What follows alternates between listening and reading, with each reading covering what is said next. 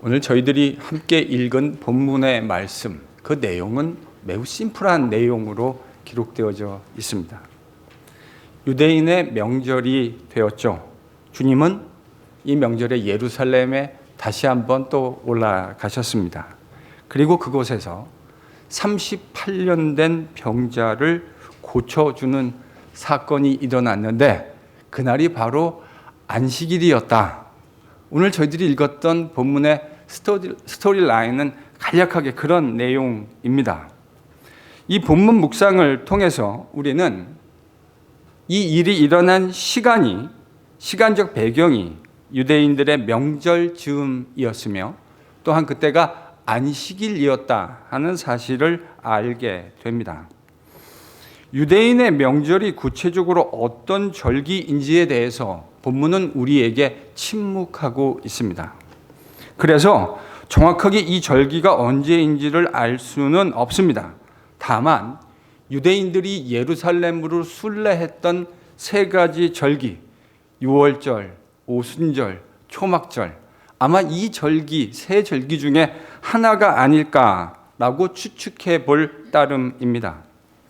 사도 요한이 그것을 분명하게 밝혀주는 것이 꼭 필요했다고 한다면 밝혀주었을 텐데 본문에서 밝혀주지 않은 것으로 보아서 그것을 밝히는 것이 본문을 이해하는 데 중요한 핵심은 아니었던 것으로 보입니다.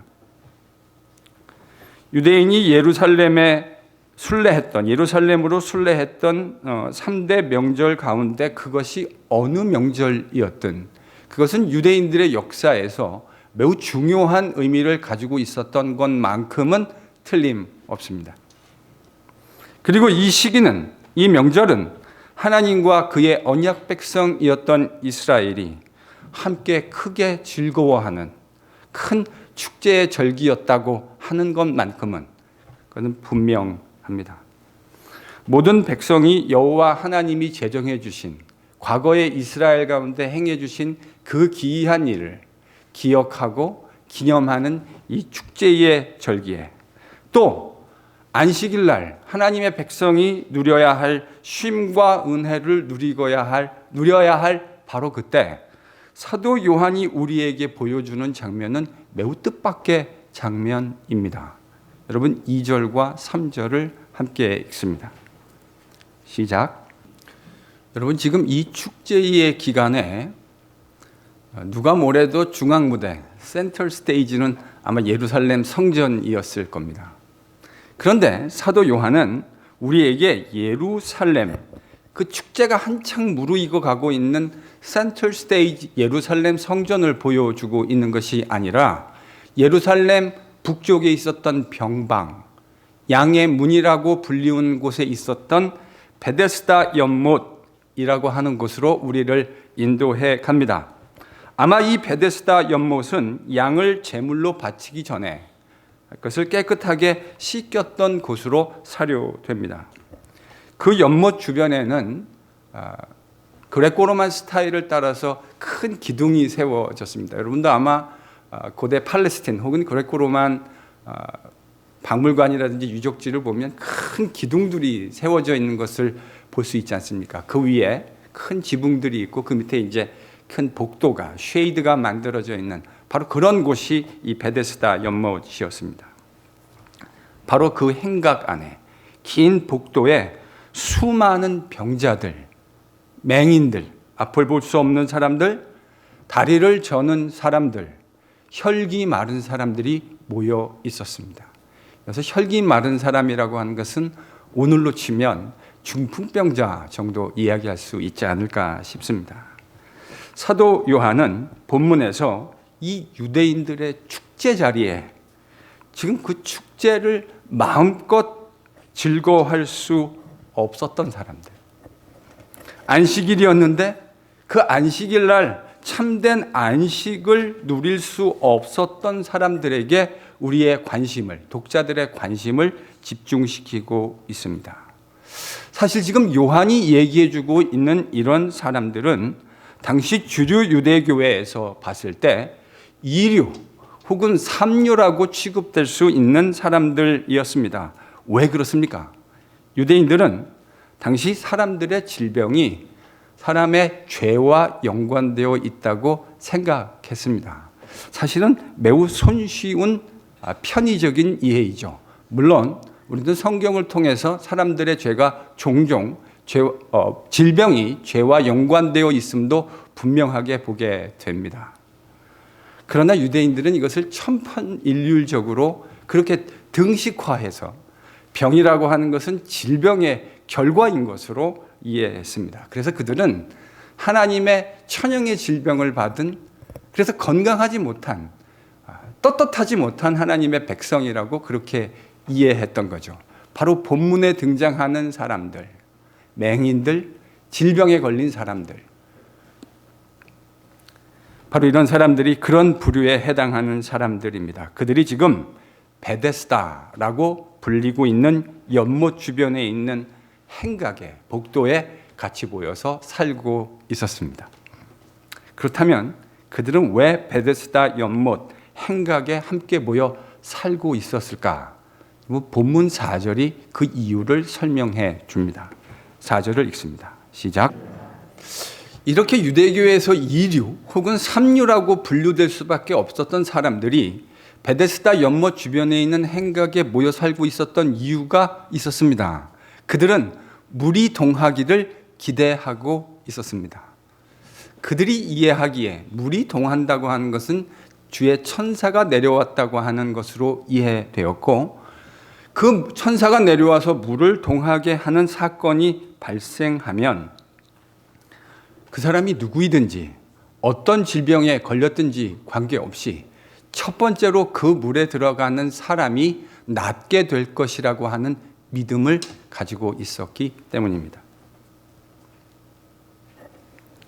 우리는 지금 요한이 4절에서 이야기해 준 이 보도의 내용이 저희들이 요즘 흔히 하는 이야기로 진짜 뉴스인지 혹은 가짜 뉴스인지 정확하게 가늠할 수는 없습니다. 저는 그러나 개인적으로 생각하면 이 이야기가 연못 주변에 상주하고 있었던 사람들 혹은 그들과 연관되어진 사람들의 입에 의해서 만들어진 가짜 뉴스일 확률이 더 높지 않을까. 확정적으로 말하는 것은 쉽지 않지만 이것이 가짜 뉴스일 확률이 더 높지 않을까, 그렇게 생각합니다. 만약에 이런 관점에서 이해한다면 4절에 기록된 내용이라고 하는 것은 연못 주변에 상주하고 있었던 사람들의 기대와 소망을 반영하는 언급으로 이해할 수 있을 겁니다. 만약에 이것이 가짜 뉴스라고 한다면 이것은 그 행각 주변에 있는 사람들에게 정말 희망 고문이 아니었을 수 없을 것 같아요. 여러분, 이 가짜 뉴스를 붙들고 사는 사람을 한번 상상해 보십시오.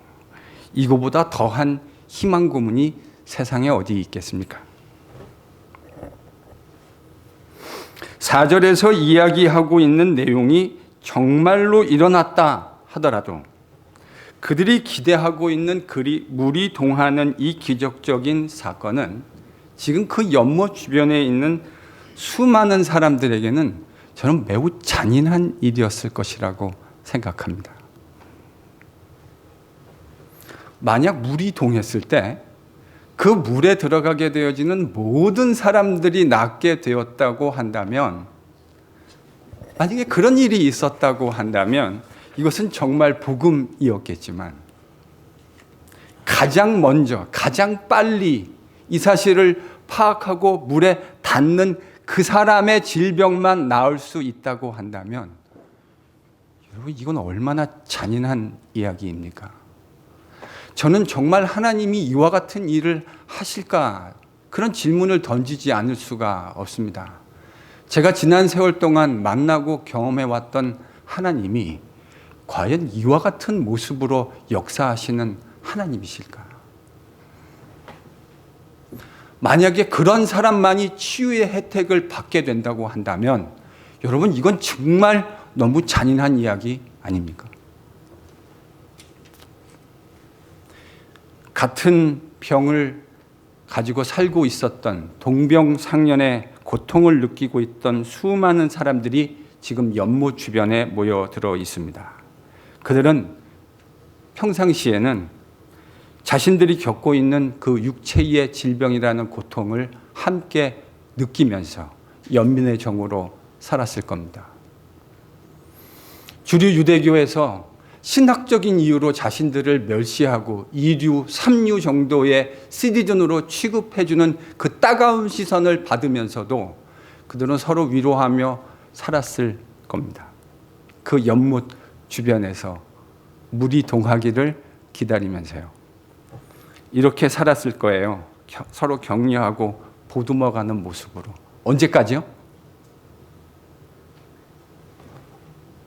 물이 실제로 동했다고 한다면 그것을 가장 최초로 발견한 사람이 아무런 소리 없이 조용히 그 물을 향해 걸어가고 있는 모습을 발견한 다른 수많은 사람들이 물이 동했다라고 큰 소리로 외치고 순식간에 그 자리가 아수라장으로 변해갔을 그 정확하게 바로 그 순간까지.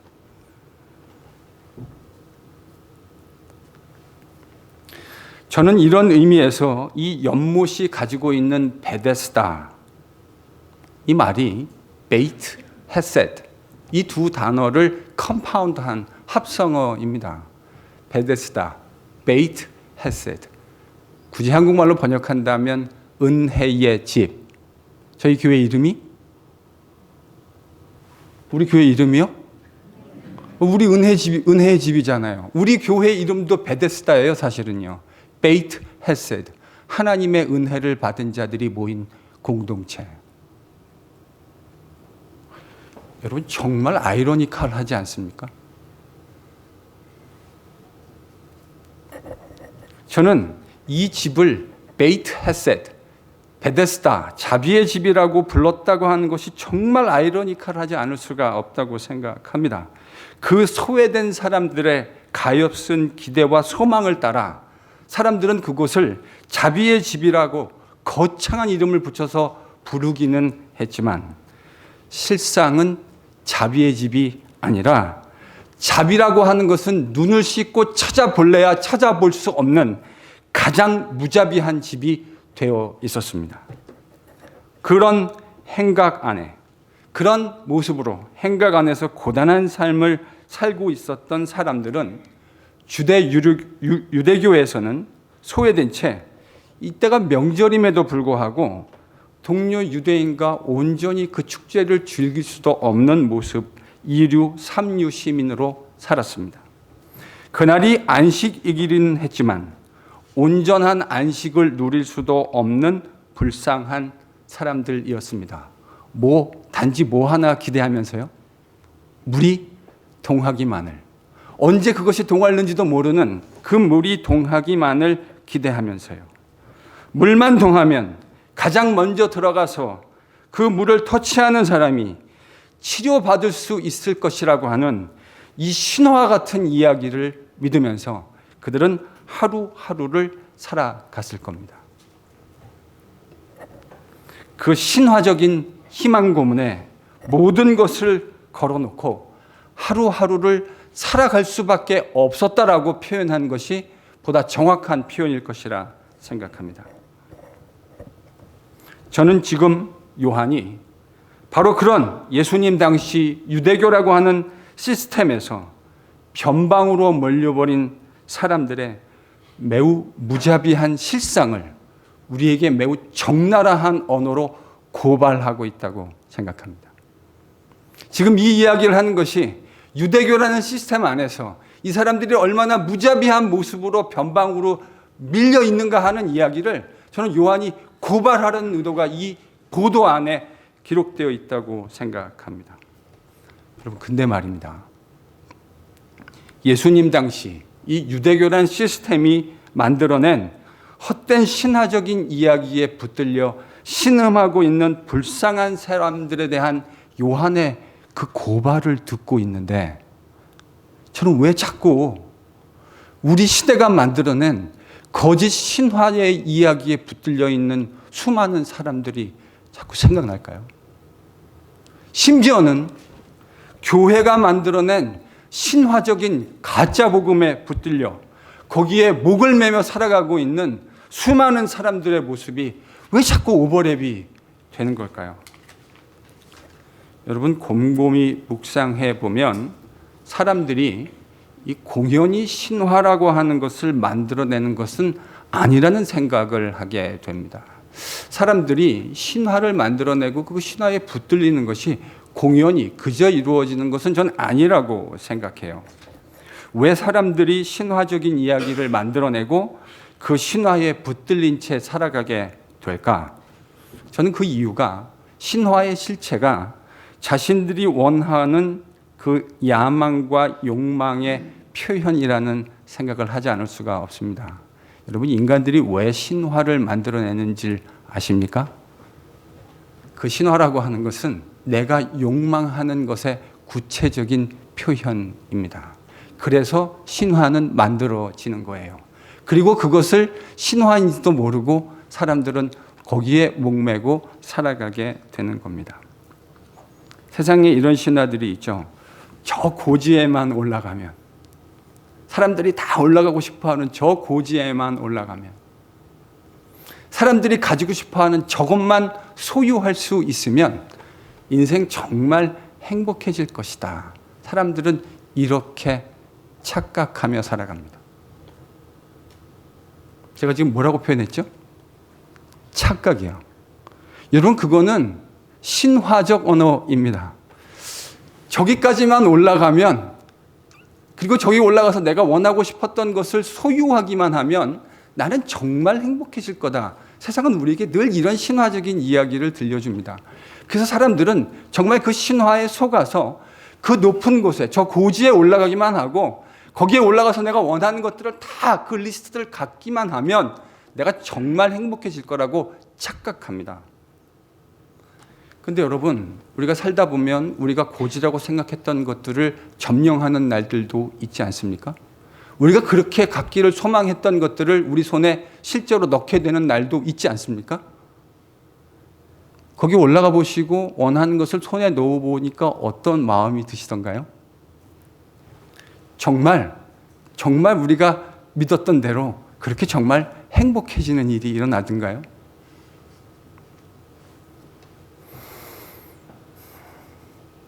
높은 곳에 올라가면요, 우리가 기대했던 것과는 달리 별거 없네 라고 하는 것을 경험하게 될 때가 거의 태반입니다.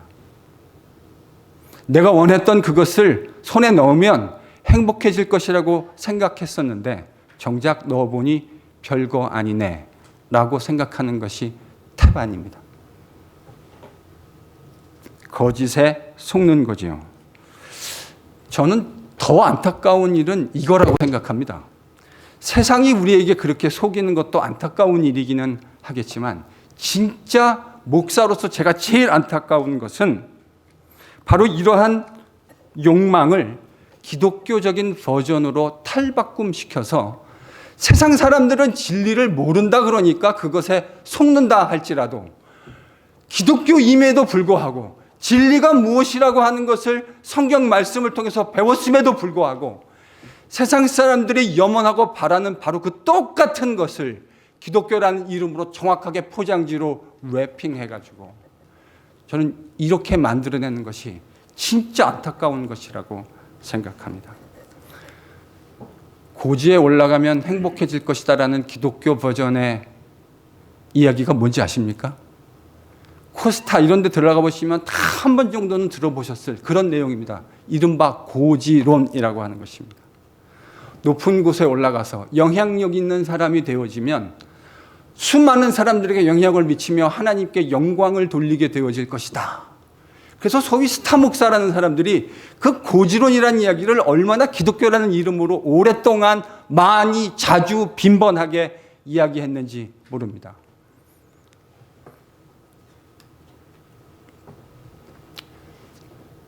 여러분, 정말 하나님이 영광 받으시는 것이 여러분의 진짜 목적입니까? 아니면 죄송합니다. 용서하고 들으십시오. 그 하나님을 빙자해서 진짜 여러분이 얻어내고 싶은 것을 얻는 것이 여러분의 진정한 목적이십니까? 자신들이 이루고 싶은 욕망을 이루기 위해서 초대교회 이래로 기독교는 이 신화적인 가짜 복음을 수도 없이 양산해 왔습니다. 조국교회와 이민교회도 예외가 아닙니다. 예수 믿으면 복 받는다.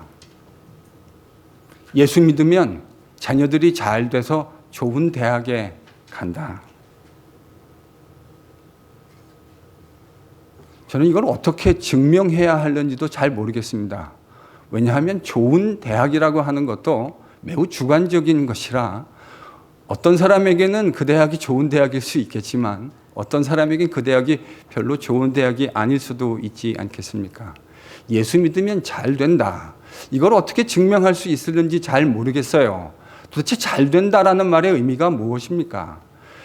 저 같은 사람은 그저 밥 세 끼 먹고 잘 사는 것도 잘 산다고 생각하는데 제 생각에 동의하지 않는 성도들도 꽤 많이 있으실 수 있을 것이라 생각합니다.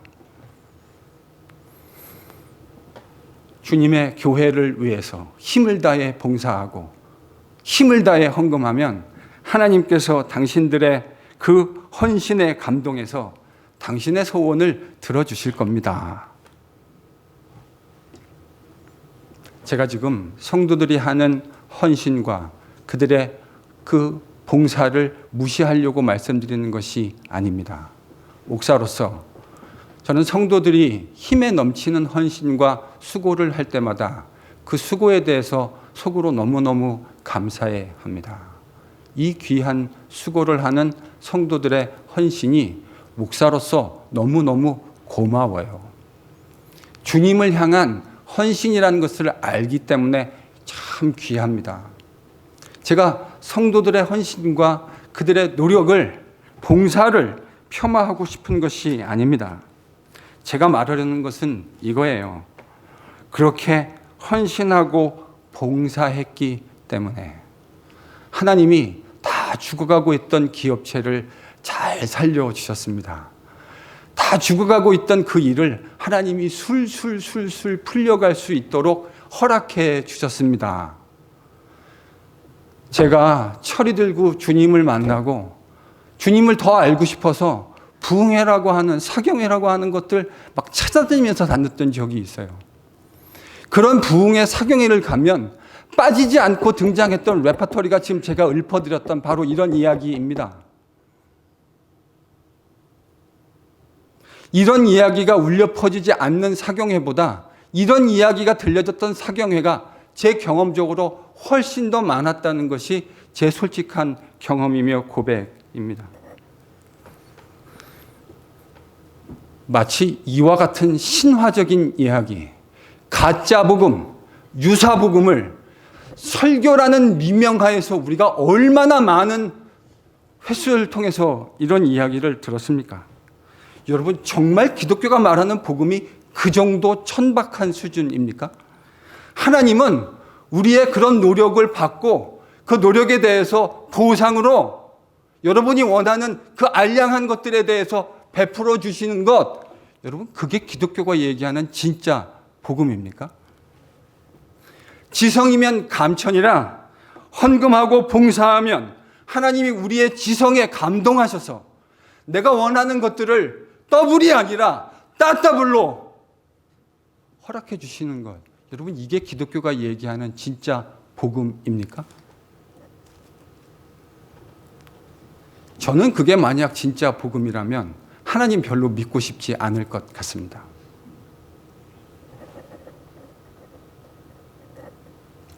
저는 이런 것이 기독교의 진짜 복음이 아니라 유사복음, 정확하게 얘기하면 가짜 복음이다 라고 이야기하고 싶습니다. 그러면 여러분, 오늘 본문에서 요한이 말하려고 하는 진짜 복음은 무엇일까요? 저는 요한이 본문에서 이 복음을 두 가지의 모습으로 그려주고 있는 것이 아닌가 그렇게 생각합니다. 첫 번째로는요, 6절과 7절입니다. 함께 읽죠. 여러분, 지금 6절과 7절, 특별히 7절을 읽으면 이 중증 장애인, 38년 동안 몸 하나 제대로 가누을 수 없었던 이 중증 장애인은 뭐가 복음이라고 철석같이 믿고 있습니까? 자기가 그 움직이는 그 물이 동하게 되어질 때 그 움직이는 동하는 물에다가 자신이 제일 먼저 터치다운하게 되어질 때, 여러분 그게 이 사람은 복음이다라고 믿고 있습니다. 그 신화 같은 이야기가 진짜 복음이라고 믿고 있는 겁니다. 그런데 요한은 그게 진짜 복음이 아니라 그런 38년 된 중증 장애인을 예수님이 지금 찾아와 주셨다, 몸소 그를 방문해 주셨다 하는 것이 복음이라고 이야기하고 있는 겁니다. 38년이라는 긴 시간, 여러분 한번 상상해 보십시오. 38년이라는 이 기간 동안을 몸을 제대로 가눌 수 없는 상태로 살아온 사람, 그 사람에게 주님이 지금 찾아와 주셨다고 하는 사실, 여러분 이게 복음입니다. 그가 누운 것을 보시고 병이 오래됐다고 하는 사실을 아셨다라고 하는 그 말 자체가 저는 복음이라고 생각합니다. 주님이 그를 수많은 사람 중에 하나가 아니라 주님이 1대1로 만나서 그의 상황과 처지와 형편을 알아주시는 그런 모습으로 그를 방문해 주셨다. 여러분, 이게 복음입니다. 2000년 전 중증 장애인을 찾아와 주셨듯이 우리 주님은 오늘도 우리를 찾아와 주십니다. 우리의 상황과 형편과 처지가 어떤 것인지를 그 사랑의 눈으로 바라봐 주십니다. 여러분, 이게 복음입니다. 물이 동했을 때 가장 먼저 들어가는 사람이 낳게 될 것이라는 그 신화와 같은 가짜 복음을 믿는 것이 아니라 복음이라는 미명하에 수도 없이 제조되어진 신화와 같은 만들어진 그 가짜 복음을 믿는 것이 아니라 2000년 전 중증 장애인을 38년이라는 긴 세월 동안 중증 장애를 가지고 살아온 사람을 아무런 예고 없이 찾아오셨듯이 그분이 오늘 우리 인생에 예고 없이 찾아오신다고 하는 사실, 여러분 이 사실이 진짜 복음입니다.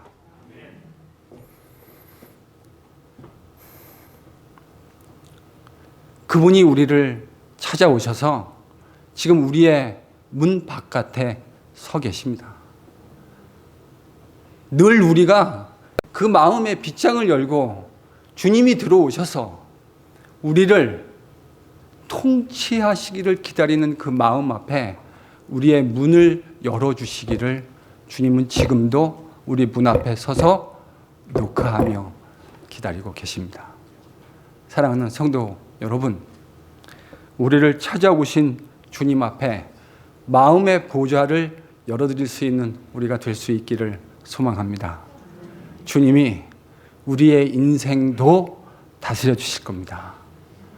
하나님의 복음이 얼마나 아름다운 것인지 나의 인생을 내어 맡기는 그 사람에게 여전히 아름다운 모습으로 찾아오시고 녹화하고 계십니다. 그러니 그 주님께 여러분의 삶의 보좌를 내어 드리십시오. 예수를 믿고 주일날 교회 한번 오는 것이 하나님 나라에 가는 티켓을 확보하는 것이 아니라는 이 신화 같은 이야기, 여러분 꼭 기억하실 수 있기를 바랍니다. 우리 주님은요, 한 번도 그냥 예배하는 자가 하나님의 나라를 얻게 될 것이라 말씀하신 일이 없습니다.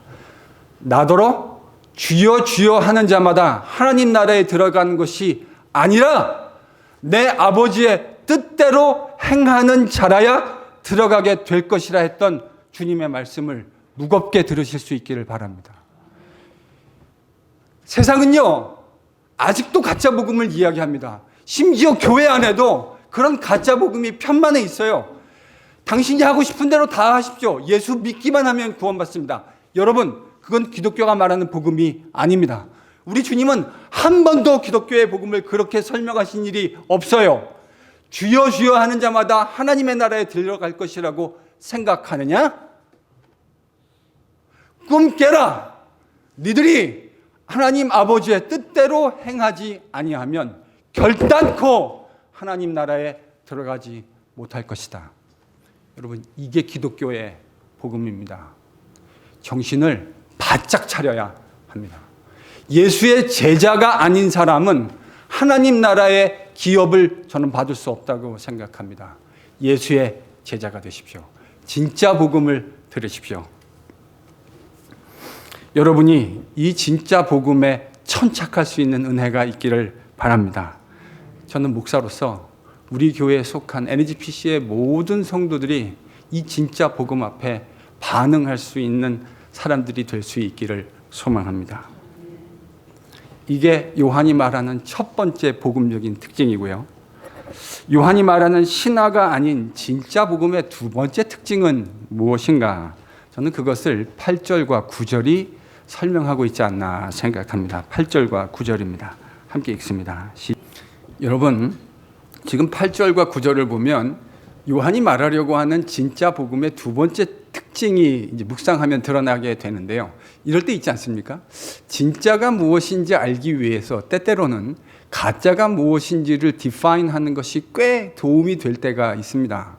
진짜가 무엇이냐라는 것을 말하기 전에 가짜가 무엇인가라는 것을 생각해 보면 진짜가 무엇인지를 가늠해 보는데 꽤 도움이 될 때가 있어요. 여러분, 가짜 복음을 잘 한번 묵상해 보십시오. 그동안 여러분이 들어왔었던 수많은 그 가짜 복음들을 한번 잘 묵상해 보세요. 그럼 그 가짜 복음의 알맹이 안에, 핵심 안에는 늘 어떤 것이 있었습니까? 저는 이런 것이 들어있지 않았을까 생각합니다. 가짜 복음의 그 포장지, 래핑 페이퍼를 다 개봉하고 나면 그 핵심에는 이런 것들이 들어있는 것 같아요. 그것은 늘 내가 욕망하는 것이 내가 원하는 방식대로 이루어지는 것. 여러분, 우리가 들었던 가짜 복음을 잘 묵상해 보시면 그 가짜 복음의 알맹이 안에는 늘 이런 것들이 들어있습니다. 내가 원하는, 내가 욕망하는 것을 내가 원하는 방식대로 이루게 되어지는 것. 만약에 여러분이 묵상했던 것의 이야기가 이것에 딱 맞는다면 여러분, 틀림없이 이건 뭡니까? 틀림없이 뭐죠? 이거 가짜입니다. 고민하실 필요 없어요. 많이 고민하실 필요 없습니다. 틀림없이 가짜일 겁니다. 그럼 진짜 복음은 뭡니까? 가짜 복음이 내가 욕망하는 것을 내가 원하는 방식대로 얻게 되는 게 가짜 복음이라고 했다면 여러분, 그럼 진짜 복음은 뭐죠? 하나님이 원하시는 바로 그것이 하나님의 방법대로 이루어지게 되어지는 것. 여러분, 이게 진짜 복음입니다. 내가 원하는 것이 내가 원하는 방식대로 이루어지게 그렇게 코팅을 해서 슈가 코팅 해가지고 이야기해 주는 것은요, 그건 거의 10중 8구 가짜 복음일 확률이 높아요. 근데 진짜 복음은 내가 원하는 것이 아니라 하나님이 원하시는 것이 하나님의 방법으로 이루어지는 겁니다. 이렇게 얘기하면 여러분 가운데 어떤 분은 목사님, 본문을 잘 보시면 이 병자는 자기가 원하던 것이 이루어졌는데요 라고 말씀하시는 분도 있을 것 같습니다. 목사님은 진짜가 자신이 원하는 것이 아니라 하나님이 원하시는 것이 하나님의 방법으로 이루어지는 것이라고 이야기했는데 지금 이 사람은 자기가 원하는 것이 이루어지지 않았습니까? 제가 퍽 난처해졌습니다. 어떻게 설명할 수 있을까요?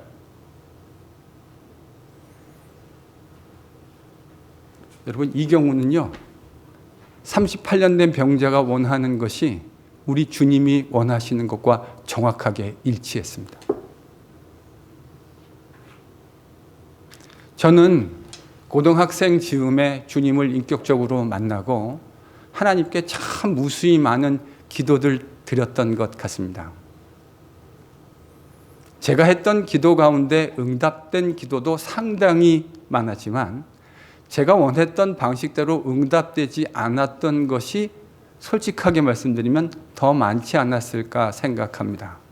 제가 한 번도 그것을 다 일일이 카운트해 본 일은 없어요. 그래서 정확하게 말씀드릴 수는 없습니다.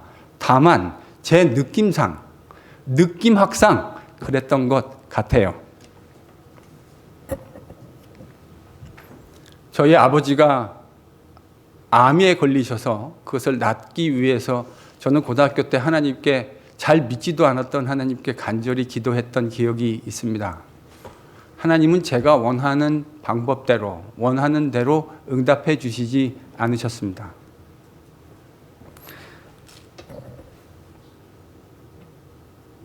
내가 원하느냐가 아니라 주님이 무엇을 원하셨느냐. 여러분, 이게 핵심입니다. 제자가 된다는 말은 그런 의미예요. 내가 원하는 것을 이루는 것이 아니라 주님이 원하시는 것이 이루어지는 것이 진짜 기쁜 사람들. 저는 그게 제자의 수많은 데피니션 중에 하나가 될 수 있을 것이라 생각합니다. 왜 그게 기쁜가? 그렇게 이루어지는 게 궁극적으로 더 유익하다고 하는 사실을 진리의 말씀을 통해서, 경험을 통해서 깨달았기 때문입니다. 본문을 잘 보면 38년 된 병자는 그가 원하는 대로 병 고침을 받았습니다. 왜냐하면 이 경우는 그가 원하는 것이 주님이 원하시는 것과 정확하게 같았기 때문입니다. 그러나 잘 관찰하시면 방법은 그가 원하는 방법이 아니었다는 사실을 알게 되실 겁니다. 그는 어떻게 낫기를 원했습니까? 물이 동할 때 누군가의 도움으로, 어쩌면 주님의 도움으로 자기가 가장 먼저 그 연못에 터치다운 하기를 원했습니다. 그게 그가 원했던 방법입니다. 그런데 주님은, 주님이 생각하셨던 방법은 그런 방법이 아니었습니다. 주님은 말씀의 능력으로, 로고스이신 그분의 말씀의 능력으로 이 병자를 고쳐주기를 원하셨습니다. 저는 이 본문 말씀을 묵상하면서 복음의 방식이라는 것이 무엇인가 하는 것을 묵상하지 않을 수가 없습니다.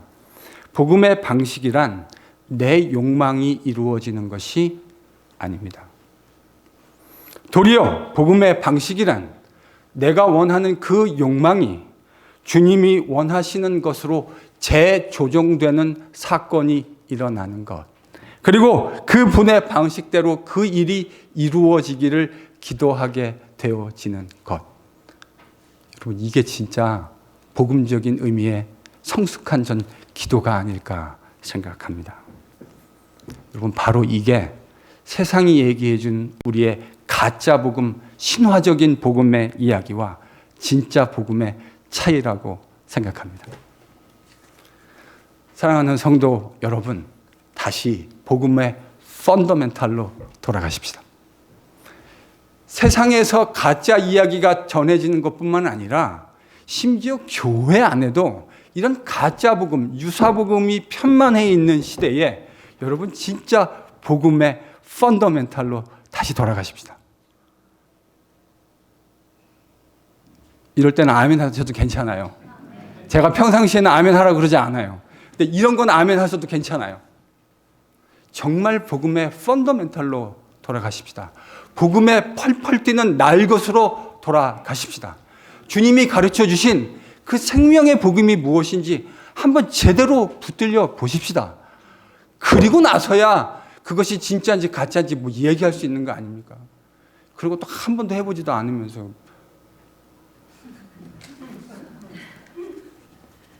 옆에 있는 분들에게 한번 권면하겠습니다. 오늘은 권면이 좀 길어요. 정신을 바짝 차리셔야 됩니다. 센텐스가 무려 4개나 됩니다. 자, 옆에 있는 분에게 권면하십시오. 신화가 아닌 복음에 붙들립시다. 다시요. 이거 우리 정신 좀 차려야 될 것 같아요. 특히 이민교회, 이 조국교회 성도들이 저를 포함해서 정말 정신 차려야 될 것 같아요. 여러분, 신화가 아닌 복음에 붙들리십시다. 주님이 당신의 인생에 이미 찾아오셨습니다. 당신의 욕망이 아니라 주님의 뜻에 붙들리십시오. 그 방법마저도 주님께 온전히 맡겨드리십시오. 이것이 우리의 소망과 기도가 되는 은혜가 임하기를 바랍니다. 이렇게 사는 것이야말로 참 복음적인 삶, 요한 사도가 했던 말을 제가 빌리자면 영생의 삶입니다. 이렇게 살아가는 것이 참 영생의 삶이라는 것을 깨닫는 우리 모두가 될 수 있기를 소망합니다. 신화가 아닌 참다운 복음의 진리에 붙들리는 NGPC 성도 한 사람 한 사람이 다 되실 수 있기를 예수 그리스도의 이름으로 간절히 축원합니다.